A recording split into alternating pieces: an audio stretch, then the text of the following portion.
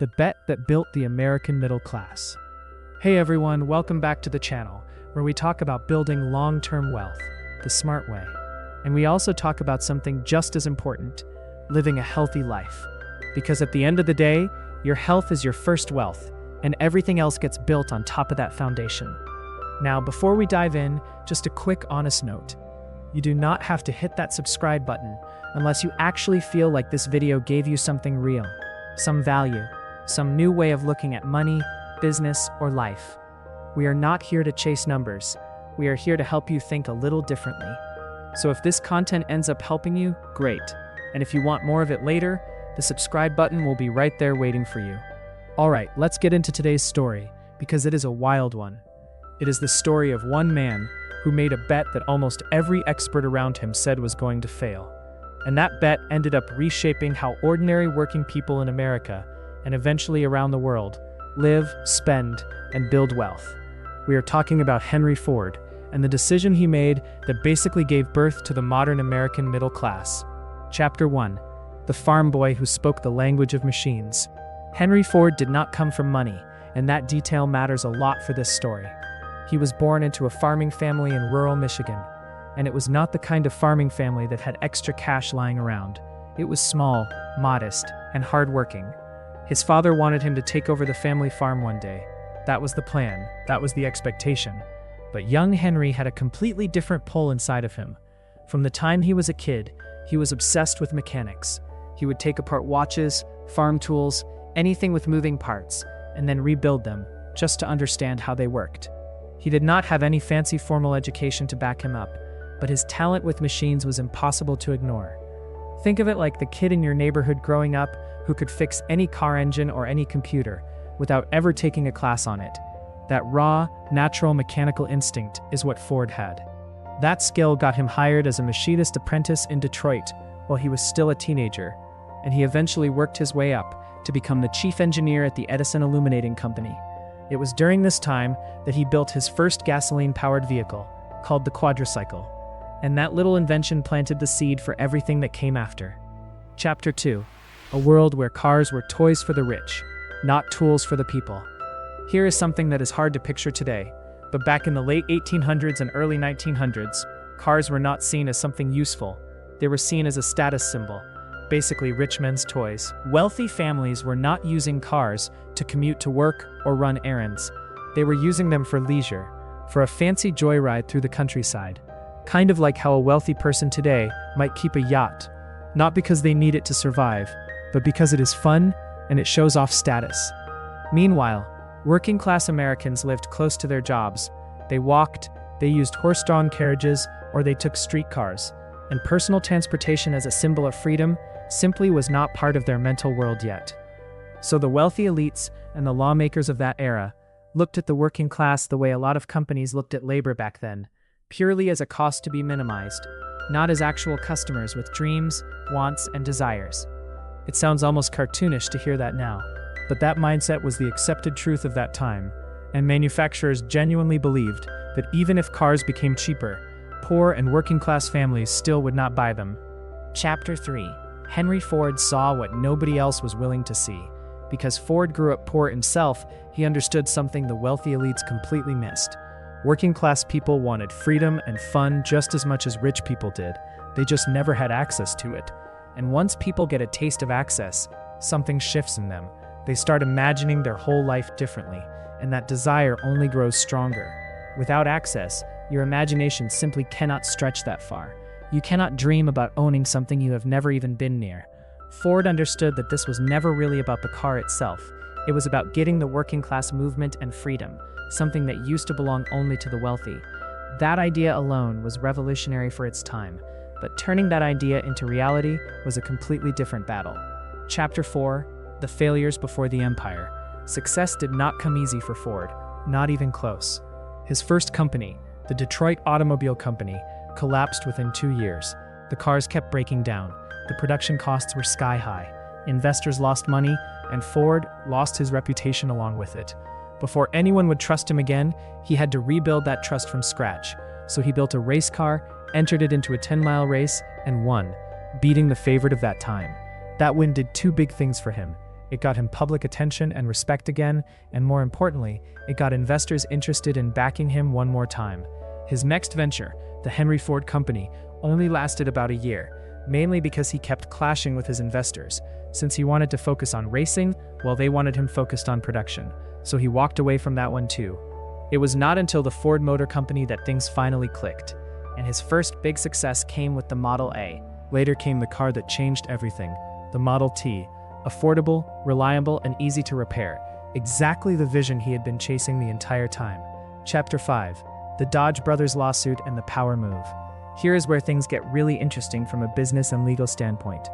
Ford believed that every dollar of profit should go straight back into the business to help it grow, which is a pretty normal mindset for a founder today. But back then, the standard practice was completely different. Companies paid out dividends to shareholders and only reinvested the bare minimum needed to keep things running. Ford refused to follow that playbook. In 1916 alone, the Ford Motor Company made over $60 million, which would be somewhere around $1.7 billion in today's money, and Ford announced he was not going to pay shareholders their dividends. He wanted to pour that money into building a massive new manufacturing plant instead. As you can imagine, that did not sit well with his shareholders. The Dodge brothers, who were early investors owning about 10% of the company, filed a lawsuit, arguing that Ford had a legal duty to act in the financial interest of his shareholders, not just chase his own personal vision. 3 years later, the court sided with the Dodge brothers, and Ford was legally forced to pay out the dividends. But Ford was not the type to just accept a loss quietly, so he pulled off a clever, almost sneaky move. He set up a brand new company and told everyone he was planning to leave the old one. That announcement caused panic among shareholders, triggering a mass sell-off of shares, and Ford swooped right in and bought up all of those shares himself, ending up with 100% ownership of his own company. It is a pretty wild power move if you think about it, almost like something out of a modern-day corporate drama. Chapter 6. The $5 wage that economists called suicidal. This is probably the boldest move in the entire story. Ford offered his assembly line workers $5 a day, which was more than double what other manufacturers were paying at the time. Economists at the time called this decision suicidal. They were convinced it would destroy his profit margins and tank the company. On top of that, Ford broke down the entire car building process into small, simple, repetitive tasks, so that regular, unskilled workers could do the job quickly without years of training. Experts at the time were equally sure this would lead to sloppy work and constant mistakes. And of course, underneath all of it, there was still that core belief among the elites that poor and working-class people simply would not want cars, and even if they did, they could never actually afford one, so why even bother? Ford ignored every single one of those warnings, and it changed the course of industrial history. Chapter 7. The assembly line that rewrote manufacturing. Ford's moving assembly line brought production costs down dramatically, and the results were almost unbelievable for that era. Before the assembly line, it took about 12 hours to build a single Model T. After the assembly line was introduced, that time dropped to just 90 minutes. That is a staggering leap in efficiency. Because the work was broken down into small, repetitive tasks, his employees needed far less training. The company needed fewer skilled workers overall, and yet they were producing way more cars, and those cars were significantly cheaper than anything else available on the market. Now pair that with the higher wages Ford was paying his workers, and you get something powerful. His own employees now had enough disposable income to actually become customers of the very cars they were building. Think about how wild that is. The guy tightening bolts on the assembly line could now save up and drive home in the same car he helped build. That had simply never happened before in American industry. Chapter 8. The birth of the American middle class and mass consumerism. Before Ford's changes, workers were basically never seen as consumers. Only wealthy people consumed goods beyond the basics, while everyone else just scraped by on food, clothing, and shelter. Ford flipped that entire system on its head by paying his workers enough to actually spend money instead of just barely surviving. He created what you could call a self-reinforcing loop. Workers earned more, they spent more, that spending created demand in other industries. Those industries grew and hired more people, and round it went. This is essentially the engine that kick-started the growth of the American middle class and set off the era of mass consumerism that America is still known for today. When millions of people are able to spend money like this all at once, It creates what economists call a consumer boom. And American history has actually seen this pattern repeat itself more than once. Chapter 9. The same pattern repeats around the world. This exact pattern of suppressed access, followed by explosive demand, has shown up again and again throughout history, not just with Ford. Take post-World War II America as an example. The GI Bill gave returning veterans money and access to education and housing. And combined with high savings from wartime rationing, it created a massive economic boom and a booming suburban middle class. You can see the same pattern with China's middle class expansion, where the government suppressed consumption and wages for roughly 30 years and then eventually raised them, urbanizing over 500 million people and giving them access to credit almost overnight. And you see it again with India, a country that was too poor and too rural for traditional infrastructure to ever scale properly. But once cheap smartphones, mobile data, and digital payment systems became available, the cost of access basically collapsed, and the entire economy exploded upward. In every single one of these cases, whether the suppression of access was intentional or accidental, once those floodgates open up, you get an explosion of demand that had been building up quietly the whole time. Chapter 10.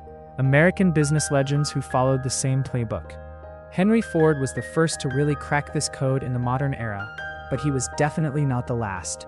Sam Walton did the exact same thing with Walmart back in the 1960s, using ultra-low prices and incredibly tight control over his supply chain to focus specifically on rural, working-class America, a demographic that most other retailers at the time were completely ignoring. Ray Kroc did something very similar with McDonald's, building out the fast food assembly line concept. McDonald's was never trying to be gourmet dining.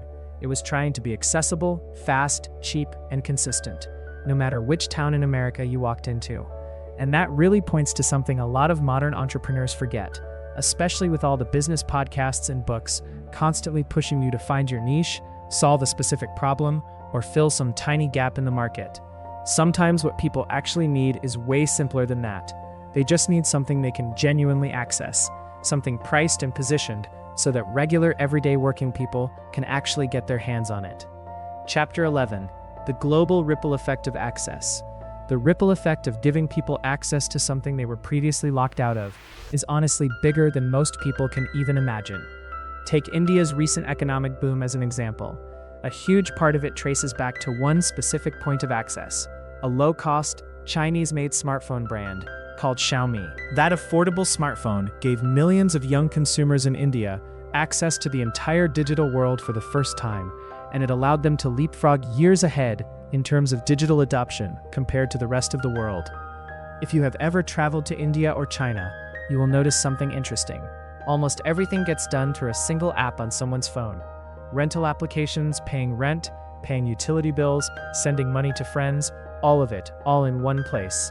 And that entire ecosystem of access exists because Lei Jun had access to a massive, efficient workforce that could manufacture phones quickly and cheaply. And that workforce existed because China spent about 30 years turning itself into the production factory of the entire world. It is honestly the exact same underlying reason that you, me, and the majority of the wealthy world can drive around wherever we want, because one man named Henry Ford understood that people simply needed an opportunity, and once you give people that opportunity, they will run with it. Chapter 12. Why this strategy is still a risky bet. Now here is the part that a lot of people conveniently skip over when they tell this story. Aligning your product, your pricing, and your wages perfectly enough to create this kind of explosive, sustainable business model is genuinely rare, and it is a risky bet every single time, because you are essentially betting that an entire loop works perfectly, and loops like that rarely work perfectly on the first try. Selling to the masses gives you incredibly thin profit margins, and everything depends heavily on your ability to scale quickly and cheaply. If you cannot reach millions of customers fast enough and cheap enough, you will go broke long before you ever get the chance to go big. Just look at Jet.com. They tried to compete directly with Amazon by offering ultra-low prices through dynamic pricing, betting on the idea of losing money up front, scaling quickly, and making profits later. They burned through cash way too fast and could not scale quickly enough to catch up, and by 2020, the company was shut down completely. Or look at Better Place. a company that tried to build mass adoption for electric cars through battery swapping stations.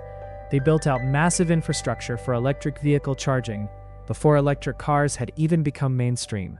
They spent about $900 million, barely sold a fraction of what they had hoped for, and by 2013, they were gone too. Chapter 13. When you optimize the process but forget the product. There is another trap hiding in all of this, and it is just as dangerous. Focusing so much on innovating the process that you completely forget to make sure the actual product is something people want in the first place. Your product can be a total flop, and consumers will not care one bit how efficient your production process is if the product itself does not genuinely work for their life. Segway is a perfect example of this. They tried to completely revolutionize personal transportation, but they overlooked the fact that there was not really a strong, obvious purpose for the product in most people's daily lives. Google Glass is another one. It came, it went, and it took an estimated $1 billion down with it. The product looked awkward, felt strange to wear in public, and honestly made people feel like some kind of lonely alien walking down the street. For the process side of the equation to actually win, it absolutely has to be paired with a product that delivers real value people genuinely want and will use. Chapter 14. Where this perfect alignment has actually happened. That balance between productivity, wages, and demand is not something that naturally lines up on its own. That alignment is fragile, and honestly, it is fairly rare in business history. Japan managed to pull it off with companies like Samsung and Hyundai. Scandinavian countries pulled it off through heavy investment in public infrastructure and education. And Zara pulled it off with their incredibly fast design-to-store system, getting new clothing designs from the drawing board into stores in under 3 weeks. Each of these examples shows that when a company, or even an entire country, manages to align these three forces correctly, productivity, fair wages, and real consumer demand, the results can genuinely reshape an entire economy. Chapter 15. What comes next for America and the world? So here is the real question worth sitting with. Who is going to be the next Henry Ford, the next Sam Walton, the next Ray Kroc? Because honestly, the world feels overdue for another middle-class revolution, and there are entire industries right now that are absolutely brimming with that same kind of untapped potential. Things like AI-powered hardware, elder care services, and modular housing solutions, all industries where the average American family is currently underserved and hungry for something more accessible. The bigger question is simply this: are you going to sit back and just watch that next wave happen, or are you going to be one of the people actually driving that change forward? Summary. At its core, this is the story of how one man, Henry Ford, a poor farm boy from rural Michigan with no formal education but an undeniable talent for machines, took a massive, unpopular bet that everyone around him, from wealthy elites to trained economists, said was destined to fail. And in doing so, he single-handedly reshaped the structure of industrial capitalism, gave birth to the modern American middle class, and kick-started the era of mass consumerism. And the same underlying pattern of suppressed access, followed by explosive demand, has repeated itself again and again throughout history, from post-war America to China's rise, to India's digital boom, to Walmart, McDonald's, and countless other American success stories, proving that the businesses and countries who figure out how to align productivity, fair wages, and real demand can change the entire course of human history, even though that same bet remains one of the riskiest, hardest to pull off strategies in all of business. All right, that is going to wrap up today's deep dive. If you found value in this one, you know what to do. But again, only if you genuinely got something out of it. Thanks so much for spending this time with us today, and we will catch you in the next one. Until then, take care of your wealth and take care of your health too, because that is what this channel is really all about. Thanks for watching. See you in the next video.